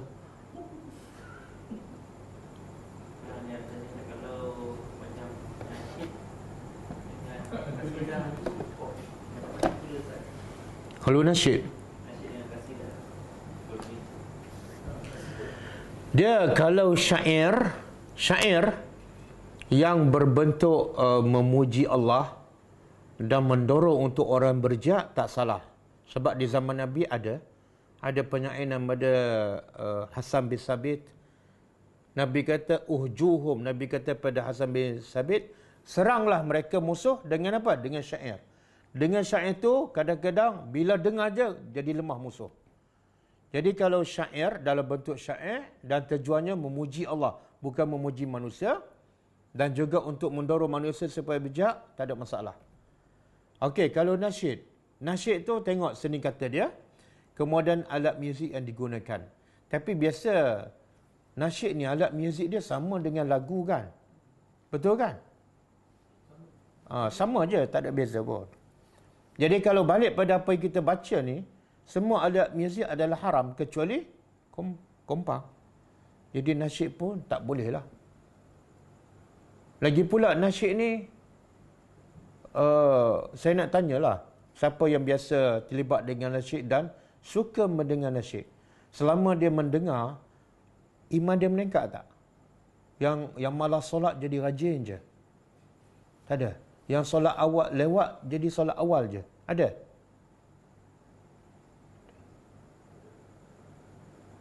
Ada orang beralasan nasyid adalah salah satu saluran dakwah terkini. Saya nak tanya juga, dengan nasyid itu berapa orang dah memeluk Islam? Dengan nasyid itu berapa orang yang dah faham Al-Quran? Dengan nasyid itu berapa ramai yang dah beramal dengan sunnah Nabi? Dan kita kena yakin, Nabi telah terbukti berjaya mengubah masyarakat Arab yang rusak segala-galanya. Akidahnya, pemikirannya, akhlaknya, rusak segala-galanya dengan apa? Dengan Al-Quran je. Nabi tak guna satu pun nasyid ataupun alat muzik untuk mengubah masyarakat Arab yang sebenarnya jauh lebih rusak, lebih teruk daripada masyarakat kita. Sehingga mereka daripada penyembah berhala, gembala kambing, badui, menjadi umat yang terbaik. Nabi ubah dengan apa? Dengan Quran. Macam mana kita kata nasyid adalah salah satu saluran dakwah? Ada bukti? Tak ada. Yang ada bukti ialah Nabi ubah dengan Al-Quran, tanpa nasyid, tanpa muzik. Wallahu a'lam. Nanti kalau kita cakap macam ni, orang kata kita ekstrim. Tak, bukan ekstrim. Ekstrim ialah lebih daripada apa yang dianjurkan oleh agama. Yang kita cakap ialah selari dengan apa yang Nabi buat. Itu bukan ekstrim. Wallahu a'lam. Setujulah siapa yang setuju, tak setujulah siapa yang tak setuju. Ada golongan yang berkenaan berkasidah di dalam masjid. Itu memang tidak ada dalil. Nabi tak pernah bergendang, berkasidah dalam masjid. Masjid ni tempat beribadat. Dan ibadat, ciri-ciri ibadat ialah tenang, tak mengganggu orang kan. Ini kalau dah bergendang, tak tenang. Mana ada orang bergendang tenang je, menangis je, tak ada. Tak ada. Bolehkah kita beri zakat kepada orang non-Muslim pada masa PKP ini? Ramai juga gelandangan non-Muslim. Dia zakat. Yang keutamaan zakat ialah Nabi sebut kepada Mu'adz bin Jabal ketika Nabi utuskan Mu'adz bin Jabal ke Yaman. Nabi pesan apa pada Mu'adz bin Jabal? Pertama, ajar ahli kitab di Yaman kalimah la ilaha illallah. Setelah mereka kenal Allah, ajar mereka solat.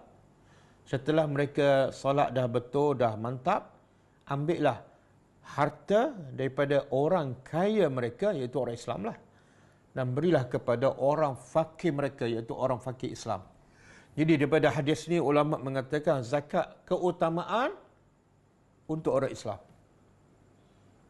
Tapi kalau sedekah yang bukan duit zakat, kita boleh bagi kepada non-Muslim, apatah lagi tujuan untuk menarik dia kepada Islam. Dan ada juga pendapat yang mengatakan zakat ni dibolehkan bagi kepada non-Muslim yang ada ciri-ciri mu'allaf. Dan mu'allaf ni ada dua kategori ya. Pertama, mu'allaf orang yang baru masuk Islam. Yang kedua, mu'allaf yang baru nak dijinakkan, baru berjinak dengan Islam, belum masuk.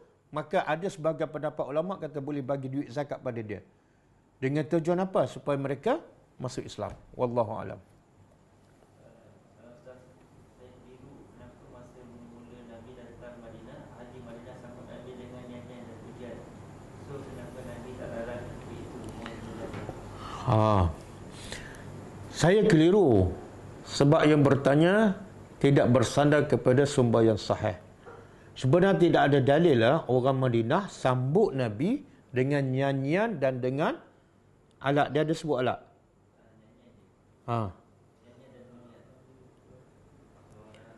Tak, itu pun tidak ada sabit dalam riwayat yang sahih.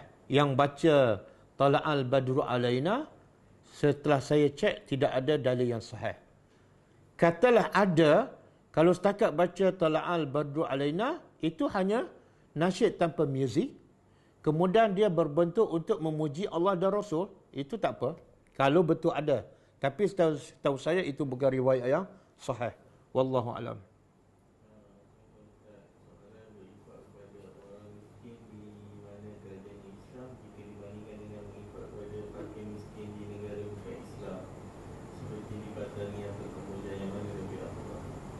Tak, dia okey. Soalan dia, mana lebih afdal infak kepada orang miskin di negara kita dengan orang miskin di luar negara, khususnya negara yang minoriti Islam, kan? Jawapannya sebagaimana kisah Muaz bin Jabal tadi, dengan Nabi kata kepada Muaz bin Jabal, ambil harta daripada orang kaya mereka dan bagi kepada orang fakir mereka, mana di tempat yang sama. Jadi keutamaan zakat ialah orang kaya di kampung itu dan duit zakat itu bagi pada orang miskin di kampung itu juga. Tetapi kata ulama, kalau orang fakir di tempat lain lebih fakir, lebih berhajat daripada orang fakir tempat kita, ketika itu dibolehkan. Ketika itu dibolehkan. Macam mana yang jika saya sedekah waktu jubah saya yang dah tak muat, tapi jubah masih elok dan cantik, apa status? Okey, soalan dia, apa hukum kita bagi jubah atau pakaian yang tak muat tapi masih elok? Dia tak salah. InsyaAllah dapat pahala. Dan dia tak termasuk dalam ayat yang semalam. Jangan kamu pilih yang tak elok. Yang tak elok tu mana kadang-kadang dah terkoyak kan. Kadang-kadang orang tengok pun rasa macam tak patut pakai. Itu tak boleh. Tapi kalau pakaian masih elok, cuma dia bukan baru. Dan kita pun bukan tak suka, tapi sebab tak muat. Sebab kita memang makan, sejak PKP ni, makan. Jadi membesar lain macam kan. Okey, tak salah. Tak salah. Sekiranya pakaian tu masih elok. Cuma berbeza dengan kita bagi yang baru. Dengan kita bagi yang terbaik. Sebab tu ulama kata apa?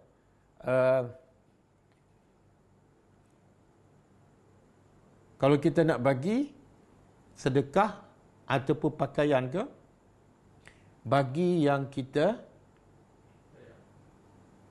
tak, dia lain istilah. Bagi yang kita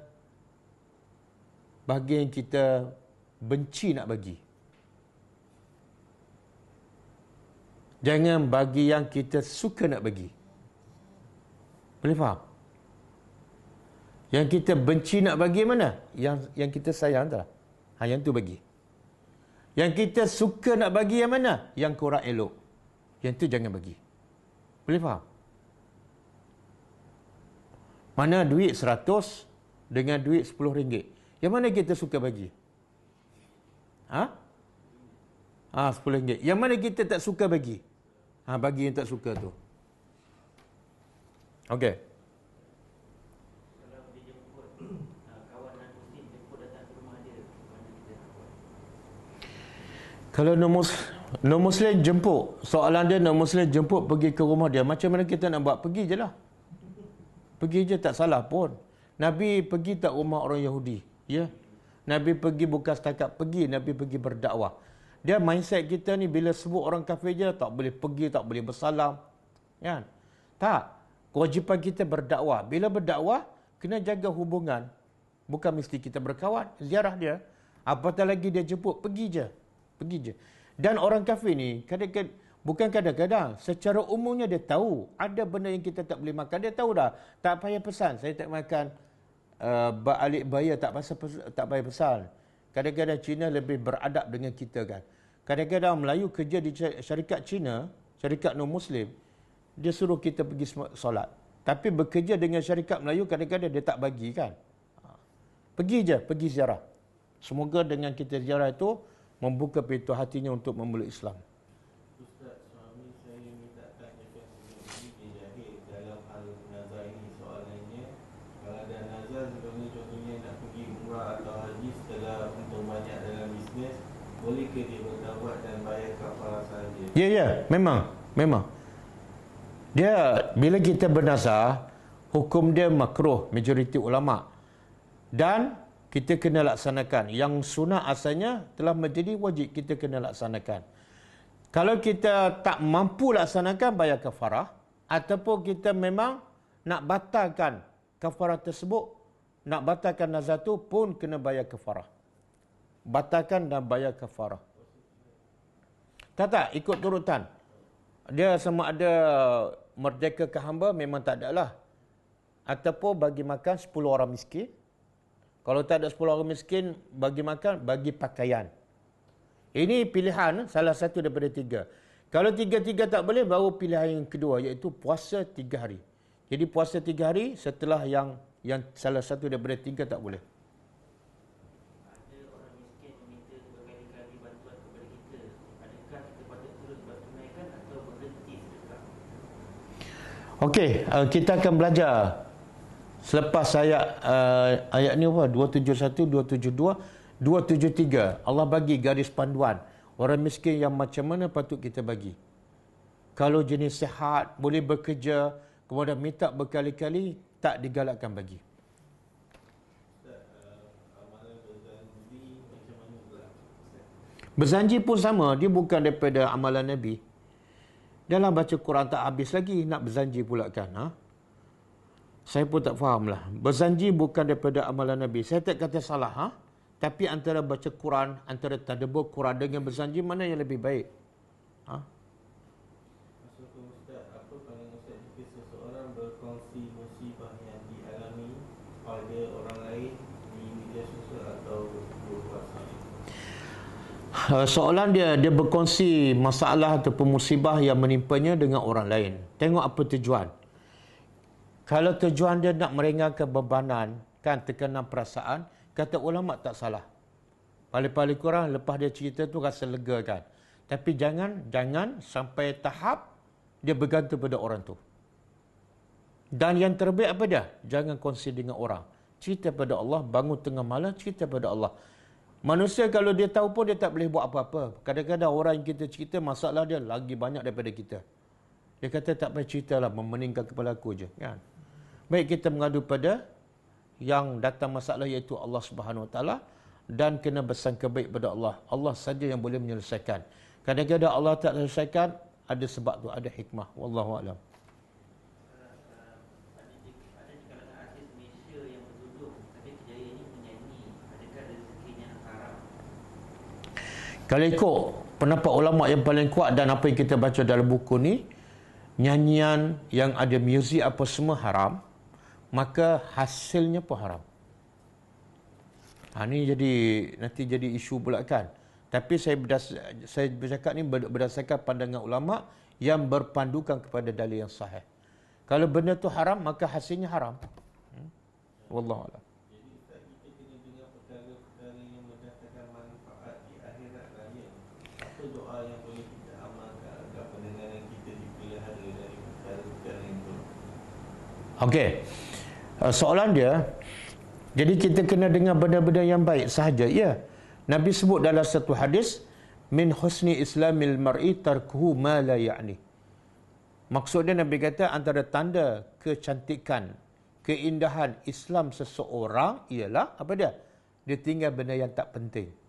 Yang tak ada faedah dia tinggal. Mana Islam dia mantap. Tapi kalau solat pun ya, buat benda lara pun ya, bercampur aduk, Islam dia masih lemah. Iman dia masih nipis. Itu satu. Yang kedua, apa tadi?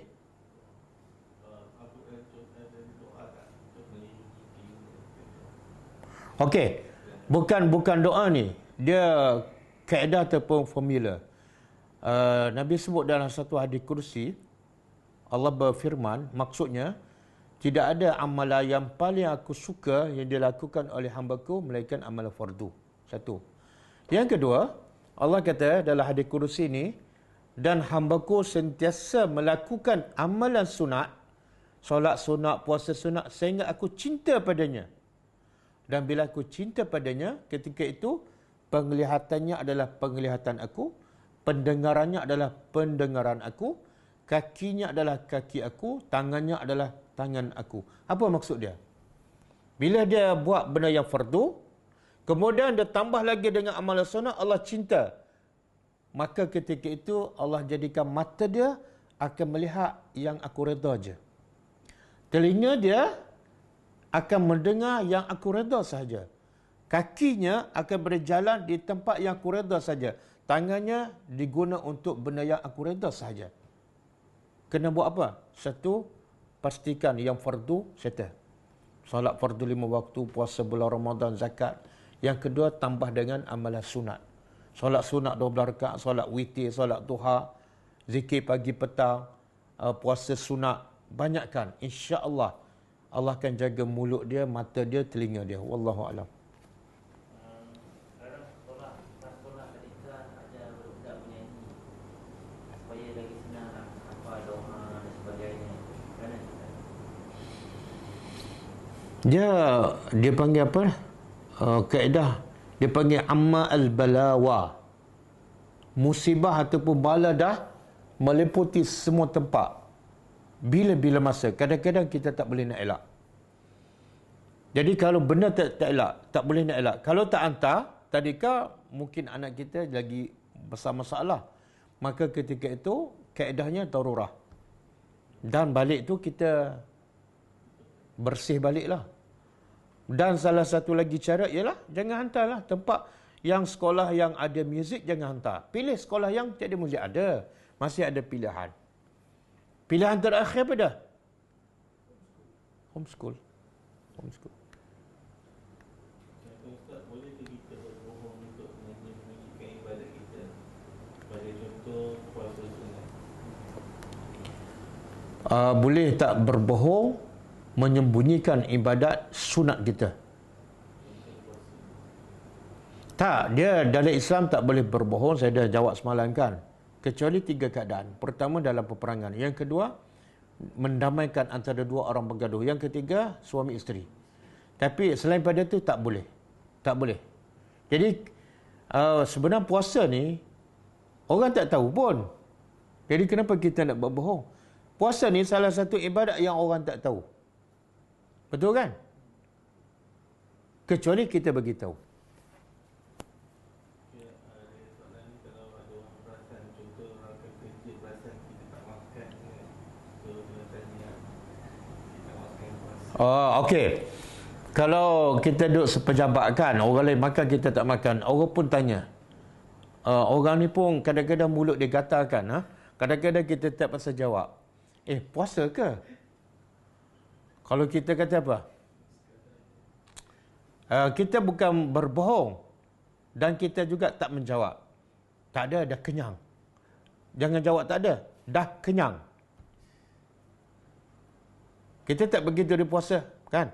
Dan kita tak berbohong. Dah kenyang. Sebab apa? Dalam hati, sahur pagi tadi. Boleh? Boleh, tak ada masalah.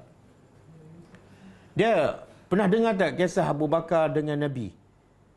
Bila Abu Bakar dan Nabi lari, berhijrah ke Madinah, dalam perjalanan jumpa orang Quraisy yang sedang mencari Nabi. Tapi mereka tak kenal Nabi. Jadi bila dia tanya Abu Bakar, siapa sebelah ni? Apa Abu Bakar jawab? Ini penunjuk jalan aku. Faham tak? Orang faham apa dia? Orang yang bertanya dia faham apa? Penunjuk jalan lah. Tapi maksud Abu Bakar apa dia? Penunjuk jalan ke syurga. Dia berbohong pun tak. Okey. Jadi beritahu, puasakah hari ni? Dah kenyang. Kalau dia tanya lagi, kenapa awak suka banyak tanya? Dia biasa keturunan banyak tanya ni Bani Israel. Bagi sikit lah. Hiburan dalam Islam macam mana sebenarnya Ustaz? Hiburan dalam Islam, Allah kata wa nunazzilu minal Quran ma huwa syifaa'un wa rahmah. Kami turunkan Al-Quran sebagai syifa. Dia sebenarnya hiburannya nak merawat hati kan? Betul tak? Hati yang sedih, hati yang gelisah. Maka Allah kata perawatnya apa dia? Quran. Syifa. Syifa ni mana? Merawat segala masalah. Sedih ke, duka cita ke? Sebab tu berapa ramai yang bermasalah baca Quran, tenang. Dan lebih besar daripada sifat ialah rahmat. Bila kamu dapat rahmat, kamu tak perlukan apa-apa dah. Wallahu a'lam.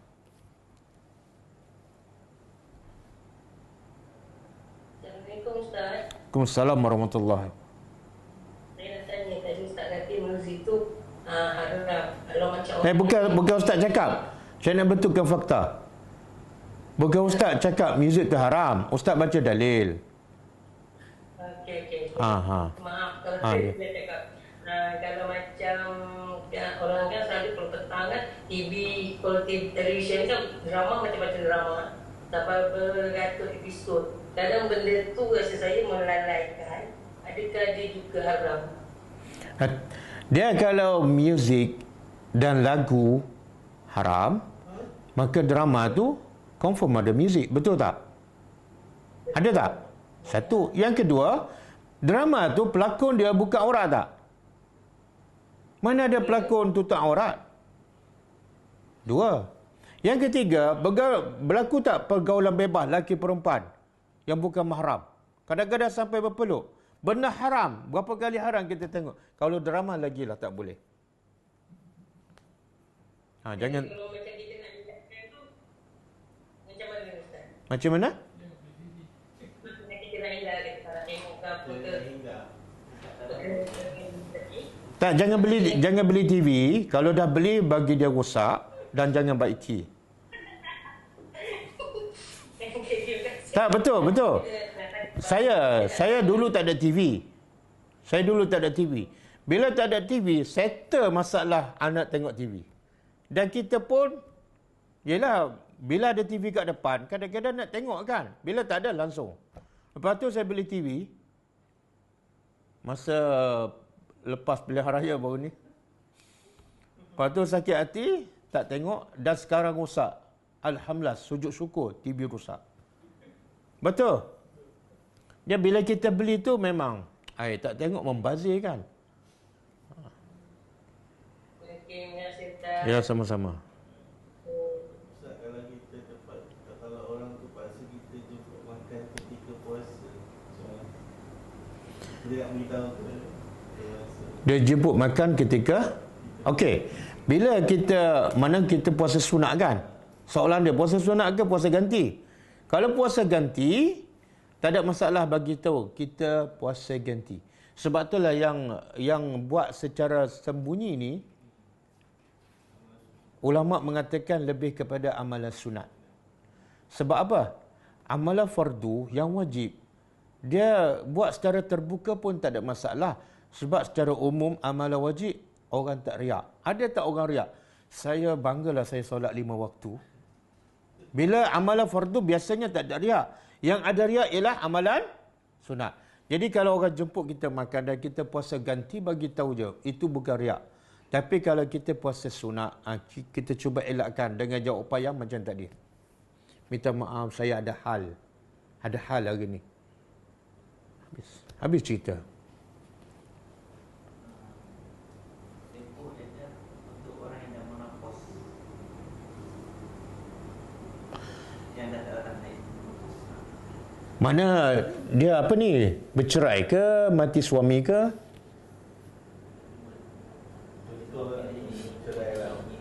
Ha? Dia kalau mati suami 4 bulan 10 hari. 4 bulan 10 hari. Kalau bercerai, kalau dah menopause 3 bulan. 3 bulan.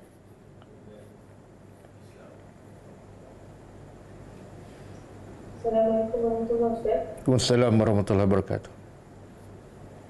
Soalan saya, kalau kita memulakan satu aktiviti ataupun program bersama-sama dengan keluarga yang masuklah yang jauh apa semua, itu aktiviti ataupun program bacaan Yasin, tapi bukannya macam contoh macam bacaan Yasin kami sekolah Jumaat kan yang selalu buat, masyarakat yang selalu buat, tapi yang ini dengan niat bukannya amalan tu, tapi lebih kepada nak merapatkan silaturahim. Kalau tidak dalam kita tak perlu keluar, tak perlu keluar dari mana, tapi dengan niat nak merapatkan silaturahim. Boleh ke Ustaz? Sebab itu bukan sunnah kan, tapi niat kita nak merapatkan silaturahim. Boleh tu Ustaz. Okey, dah setelah buat tu rapat tak hubungan? Jadi yang macam yang jauh tu dah lama tak kontak, jadi kontak semua tak? Kenapa bila nak kontak mesti baca Yasin? Dia sebenar. Nampak tak? Nampak tak? Kita ada penyakit lain tapi kita rawat dengan ubat lain. Sebab tu penyakit tu tak pernah hilang. Alasan kita rapat hubungan silaturahim. Maka baca Yasin. Tak. Nak rapatkan hubungan silaturahim. Allah kata apa? Innamal mu'minuna ikhwatun. Sesungguhnya orang beriman bersaudara. Ini bukan adik-beradik ni. Yang tak ada hubungan pun macam adik-beradik. Tapi syarat apa? Beriman kepada Allah. Kalau kamu beriman pada Allah, kamu akan jaga silaturahim walaupun tak baca Yasin. Tapi kalau kamu tak beriman pada Allah, bacalah Yasin bertahun-tahun, dah tak akan jadi. Asas untuk sayang pada saudara kita mesti beriman kepada Allah. Sebab tu Nabi sebut, la yu'minu ahadukum hatta yuhibba li akhihi ma yuhibbu li nafsi. Dengar baik-baik. Dengar baik-baik, Nabi kita berkata, tidak beriman seseorang kamu sehinggalah kamu sayang pada saudaranya sebagaimana kamu sayang pada... Maknanya bila kita akan sayang pada saudara kita? Bila kita beriman kepada Allah. Dan saya nak tanya, mungkin tak kita beriman kepada Allah dengan hanya membaca Al-Quran? Mungkin tak? Tak. Jadi kadang-kadang kita syaitan belik kita. Bacalah Yasin. Yang Nabi tak buat. Tapi dia indahkan, dia cantikkan amalan itu dengan alasan silaturahim. Silaturahim. Saya nak tanyalah, pernah tak orang kita, masyarakat kita buat kajian?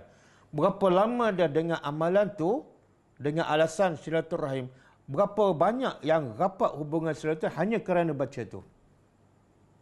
Dan saya nak beritahu, yang itu tak ada bukti dengan baca Yasin hubungan silaturahim rapat. Tapi ada bukti apa dah? Nabi berjaya menyatukan hubungan kaum Arab yang bergaduh, yang berpecah belah beratus tahun. Di Madinah, Aus dan Khazraj. Bergaduh hanya kerana seekor unta. Berperang, bunuh-membunuh. Tak ada silaturahim. Tapi bila Nabi pergi ke Madinah, hubungan mereka rapat serapat-rapatnya. Bahkan orang Madinah dengan orang Mekah, mereka sanggup bagi harta, sanggup bagi isteri. Luar biasa hubungan. Nabi baca Yasin tak? Apa Nabi buat? Sebab itulah dia nak, Allah kata tak akan dapat pengajaran kecuali orang yang berfikir. Saya minta maaf. Saya mintalah pada pelajar-pelajar cuba berfikir amalan kita tu. Betul tak hasilnya merapatkan hubungan silaturahim? Ataupun hanya teori, hanya tipu daya syaitan? Satu. Yang kedua, bila kita kata dengan baca Yasin merapatkan hubungan silaturahim, dan Nabi tak buat, adakah hubungan silaturahim Nabi dengan sahabat tak rapat? Bahkan jauh lebih rapat. Apa kaedahnya? Apa formula yang Nabi buat? Nabi tak ada buat Al-Quran satu persatu. Sehingga mereka sanggup korban pada yang bukan saudara mereka pun. Sebab asasnya beriman kepada Allah. Wa'tasimu bihablillah wala tafarraku. Berpeganglah kamu dengan Al-Quran. Faham amal. Dan pasti kamu tidak akan berpecah belah. Wallahu alam. Tapi Ustaz lepas baca Yasin tu boleh tadabbur tak Ustaz? Bagus. Kalau buat online bacaan Yasin dan tadabbur. Bagus, cantik. Buat perubahan sikit. Kalau nak kekal juga, okey, baca Yasin online, tambah sikit dan tadabbur. Bagus. Bagus. Okey. Tapi jangan jemput saya. Okey. Okey, dah?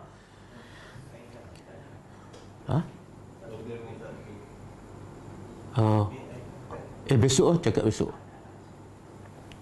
Okey, kita jumpa lagi malam besok insya-Allah dan kita tutup dengan membaca tasbih kafarah. Subhanakallahumma wa bihamdika asyhadu an la ilaha illa anta astaghfiruka wa atubu ilaik. Assalamualaikum warahmatullahi wabarakatuh.